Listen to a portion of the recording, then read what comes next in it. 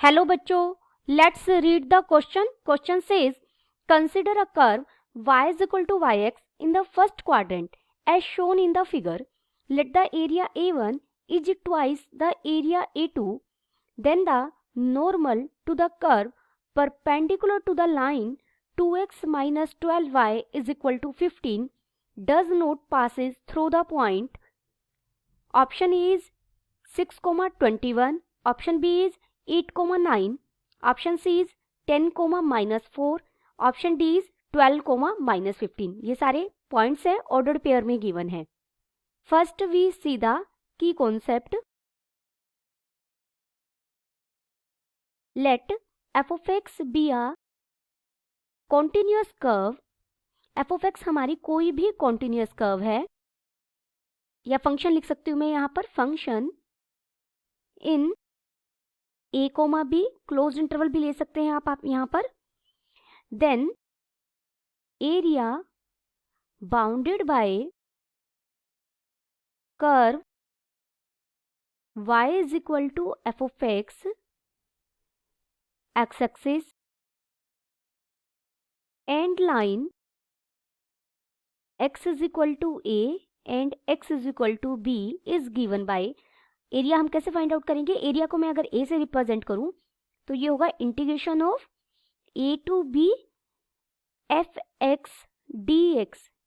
F of x का मतलब क्या है? y. आप यहाँ पर y भी लिख सकते हैं. दिस इज y, ये हमारा y है.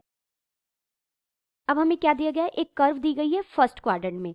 फर्स्ट क्वाड्रेंट में हमेशा यहाँ पर x भी हमारा ग्रेटर देन 0 होगा, y भी ग्रेटर देन 0 होगा. अगर ये हम लाइन भी इंक्लूड करें, एक्स एक्सिस भी इंक्लूड करेंगे तो इक्वालिटी आ जाएगी.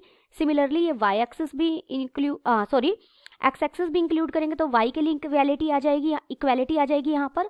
और y एक्सिस इंक्लूड करेंगे तो x के लिए भी इक्वालिटी आ जाएगी. ये हमारा फर्स्ट क्वाड्रेंट है. This is first quadrant. यहाँ एरिया आपको दिख रहा है, दो एरियाज दिए गए हैं. एक तो ये कर्व यहाँ से लेकर ये नीचे वाला एरिया, इसको उसने A1 बोला है. और जो ये एरिया है यहाँ से यहाँ तक, ये एरिया कितना है? A2 है. और हमें क्या रिलेशन दिया गया है? A1 is twice the area A2. जो एरिया A1 है वो ट्वाइस है एरिया A2 का, यानी एरिया A2 को अगर 2 से मल्टीप्लाई कर दे तो वो इक्वल हो जाएंगे. तो हमें नॉर्मल निकालनी है किसकी? Curve perpendicular to the line. इसके जो परपेंडिकुलर है, इस लाइन के परपेंडिकुलर जो नॉर्मल है, नॉर्मल का मतलब ही परपेंडिकुलर होता है वैसे, does not Passage through the point. वो इनमें से गिवन 4 में से किन पॉइंट से पास नहीं कर रही है? Given date. अब हमें क्या दिया गया है? जो A1 एरिया है वो ट्वाइस है, यानी एरिया A2 को अगर मैं 2 से मल्टीप्लाई कर दूं तो दोनों क्या हो जाएंगे? इक्वल हो जाएंगे. अगर हम ग्राफ के यूज करें तो देखिए ये पूरी एक रेक्टेंगल बन रही है. इस पूरी की बात कर रही हूं मैं. इसमें जो ये लेंथ है ये कितनी है? x. और ये लेंथ कितनी है? y. यानी ब्रेड्थ कितनी है? y. तो हमारे पास जो लेंथ ऑफ रेक्टेंगल का एरिया निकालने का फॉर्मूला क्या होता है? Length into breadth. तो कितना एरिया आ जाएगा? ये xy एरिया हो जाएगा. और उसमें अब आप देखिए जो ये भी एक रेक्टेंगल बन रही है, ये की लेंथ कितनी दी गई है? यहां से पता लग रहा है हमें 4. और यहां से ब्रेड्थ कितनी है? 2 है. अगर पूरी रेक्टेंगल में से मैं ये वाला एरिया सब्ट्रैक्ट कर दूं तो A1 प्लस A2 का एरिया आ जाएगा. From the graph A1 plus A2 is equal to XY minus 8. अब A2 की जगह मैं कहाँ रख सकती हूँ? A1 इक्वल है 2 A2 के. दिस इम्प्लाइज यहां से हम कह सकते हैं A1 बाय 2 किसके इक्वल हो जाएगा? A2 के. यानी A2 की जगह मैं क्या रख सकती हूँ? A1 by 2. This is equal to XY minus 8. Therefore ये हो जाएगा 3/2 A1 is equal to XY minus 8. This implies यहां से A1 क्या मिला हमें?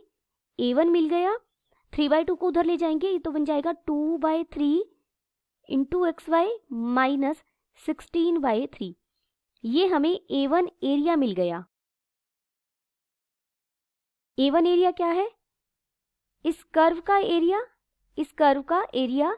इतने, देखिए लिमिट क्या है, 4 to x के बीच का, यही एरिया तो है A1। तो मैं A1 की जगह लिख सकती हूँ, बट A1 क्या है, देखिए A1 है हमारा वो एरिया जो integration 4 to x y dx, या मैं f of x dx हो जाएगा। दिस इंप्लाइज जो इंटीग्रेशन है 4 to x f of x dx किसके इक्वल हो गया, जो A1 एरिया है। A1 एरिया अभी हमने फाइंड आउट किया है पिछली स्लाइड में, 2/3 xy माइनस 16/3। डिफ्रेंशिएट कर देंगे हम यहाँ पर, ये देखिए यहाँ पर ना x हमारा लिमिट में है और x ही यहाँ है, तो सही रहता। डेफिनेट इंटीग्रल में आप वेरिएबल कुछ भी लें, वैल्यू सेम ही रहती है, तो इसीलिए मैं यहाँ t कर रही हूँ, क्योंकि लिमिट हमारी x में है, इसीलिए मैंने ft इंटू dt लिखा। और अब हम लेबनिज रूल यूज करेंगे। लेबनिज रूल में क्या, अगर हमारा जो ये वाला फंक्शन सिर्फ t का फंक्शन है, तो हम सबसे पहले क्या करेंगे, जो t की जगह आप अपर लिमिट पुट कर दीजिए। अपर लिमिट पुट करेंगे तो ये f of x हो जाएगा, और साथ में क्या आएगा, अपर लिमिट का डेरिवेटिव। अपर लिमिट का डेरिवेटिव क्या हो जाएगा, 1 माइनस, अब आप लोअर लिमिट पुट कर दीजिए t की जगह, मैंने t की जगह लोअर लिमिट रखी, और साथ में लोअर लिमिट का डेरिवेटिव। लोअर लिमिट एक कांस्टेंट है तो उसका डेरिवेटिव क्या हो जाएगा, 0। This is equal to 2/3 x into y में हम प्रोडक्ट रूल लगाएंगे डेरिवेटिव करते हुए, x as it is, y का derivative dy/dx plus y as it is, x का डेरिवेटिव 1, और माइनस 16/3 का डेरिवेटिव 0 हो जाएगा, कांस्टेंट है। देयरफॉर हमें f of x मिल गया, यहाँ से f of x क्या मिला, 2/3 into x dy/dx plus y, ये मैंने पूरे के बाहर ले लिया। देखिए f of x का मतलब भी तो y है, मैंने आपको पीछे भी बताया था। दिस इंप्लाइज, तो मैं इसे ऐसे ही लिख लूँ, y is equal to 2/3 x dy/dx plus 2/3 y। Next में ये 2/3 y एक ही तरफ ले आएंगे हम, तो ये बन जाएगा y/3 is equal to 2/3 x dy/dx।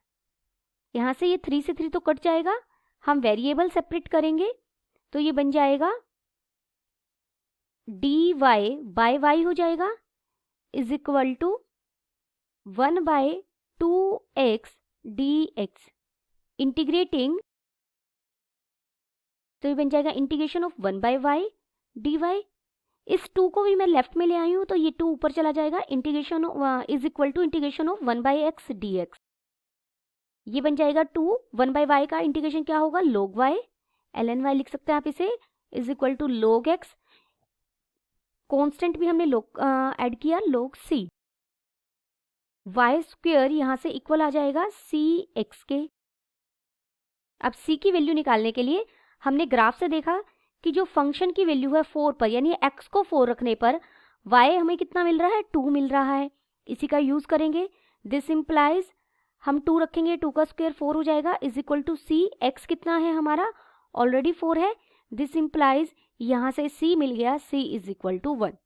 Therefore जो हमें y square is equal to curve मिली थी, कर्व इज, c की वैल्यू 1 रखेंगे, x, हमें पता है ये कर्व पैराबोला को रिप्रेजेंट करती है। अब नॉर्मल के लिए हमें एक इंपॉर्टेंट रिजल्ट पता होना चाहिए। अगर पैराबोला हमारा क्या है, y square is equal to 4ax and m be the slope of normal, therefore equation of normal is, तो उस केस में हमारी इक्वेशन ऑफ नॉर्मल क्या बनती है,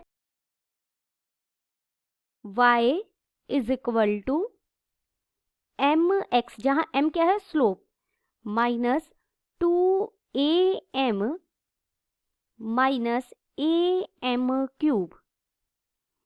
अब यहाँ पर a क्या है, देखो a की वैल्यू यहाँ से निकलेगी, ये एक रिजल्ट है जिसका हम यूज करेंगे। सबसे पहले हम slope of normal find out कर ले। हमें जिसके परपेंडिकुलर है वो इक्वेशन दी गई है लाइन की। वो इक्वेशन क्या है? 2x minus 12y is equal to 15। Given equation of line 2x minus 12y is equal to 15। इसे हम डिफ्रेंशिएट करें तो हमें मिलेगा 2 minus 12 dy by dx is equal to 0। Therefore dy by dx हमें कितना मिल जाएगा यहाँ से? 1/6। और जो dy बाई dx है वो स्लोप ऑफ टेंजेंट को रिप्रेजेंट करता है। देयरफॉर स्लोप ऑफ नॉर्मल क्या हो जाएगा? स्लोप ऑफ नॉर्मल को मैं यहाँ m से रिप्रेजेंट कर रही हूँ और वो कैसे निकालते हैं? -1/dy by dx। तो जैसे ही आप निकालेंगे हमें स्लोप कितना मिल जाएगा? -6। Also given curve is, given curve हम गिवन नहीं है, हमने फाइंड आउट किया है। कर्व इज लिखिए आप, y² is equal to x। Therefore equation of normal, equation of normal क्या होगी? y is equal to mx होता है। m कितना मिला हमें? -6 यानी x माइनस यहां हमें 2a मिलता है। अब 2a और साथ में क्या होता है? m कितना है? -6। अब ये 2a क्या चीज है? देखिए y² is equal to 1 into x है। कंपेयर करें अगर हम इसे स्टैंडर्ड पैराबोला से, स्टैंडर्ड पैराबोला में क्या होता है? y² is equal to 4ax। Comparing both, तो यहां से 4a इक्वल हो जाएगा 1 के और a इक्वल हो जाएगा 1/4 के। तो 1/4 लिख देंगे a की जगह। a की जगह मैंने क्या लिखा? 1/4 माइनस फिर यहाँ क्या होता है हमारा? a कितना है? 1/4 और m की कितनी पावर होती है? 3 -6 का क्यूब। तो y हमें मिल गया -6x। यहाँ माइनस माइनस प्लस हो जाएंगे, ये 2 पर कट जाएगा और ये यहाँ इसके साथ 3 पे कट जाएगा, तो मुझे यहाँ पर 3 मिला। यहाँ भी -3 की 4 हो जाएगी, एक ये है और 3 यहाँ पावर है तो ये प्लस हो जाएगा और इसे आप सोल्व करेंगे तो ये हमें 54 मिल जाएगा। तो y मिल गया मुझे -6x प्लस 57। y नहीं है, अगर ये पूरी इक्वेशन को कहूँ तो ये इक्वेशन ऑफ नॉर्मल है। तो अब हम अपने ऑप्शन वाइज चेक करेंगे। आप यहाँ पर ऑप्शन 1 पुट करके देखिए। ऑप्शन 1 कौन सा, हमें ये दिखाना है कि पॉइंट कौन सा इस इक्वेशन ऑफ नॉर्मल से पास नहीं हो रहा। पहला है 621, यानी x को अगर हम 6 रखें और y को अगर हम 21 रखें, y को 21 रखा, ये -6 इंटू x को 6 रखा प्लस 57, तो which is equal to 21 which is true. लेकिन ये इस दिस इम्प्लाई ये पॉइंट तो पास हो रहा है। अब ऑप्शन बी, y को हम 9 रखेंगे और x को हमें कितना रखना है? 8। -6 इंटू 8 हो जाएगा plus 57 which is equal to 9।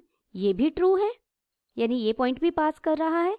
अब हम ऑप्शन सी नेक्स्ट पेज पे रखते हैं। ऑप्शन सी, y को रखेंगे -4 और x को रखेंगे 10, तो ये बन जाएगा -6। x को हमें कितना रखना है? 10 प्लस यहाँ कितना था? 57, 60 और ये कितना देगा? -3 देगा, विच इज नॉट पॉसिबल। वैसे तो ऑप्शन सी हमारा आंसर आ गया है, हम फिर भी ऑप्शन डी को भी चेक कर लेते हैं। ऑप्शन डी में हमें -15 रखना है y को, -6 और x को रखना है 12 प्लस 57, तो ये -72 प्लस 57 हो गया which is equal to -15 which is true. Therefore हमारा कौन सा ऑप्शन सही हुआ? जो इक्वेशन ऑफ नॉर्मल पर इक्वेशन ऑफ नॉर्मल उसे सेटिस्फाई नहीं कर रही है। Option C is correct. Option C is correct and all other options are incorrect. Hope you understood it well. Best of luck.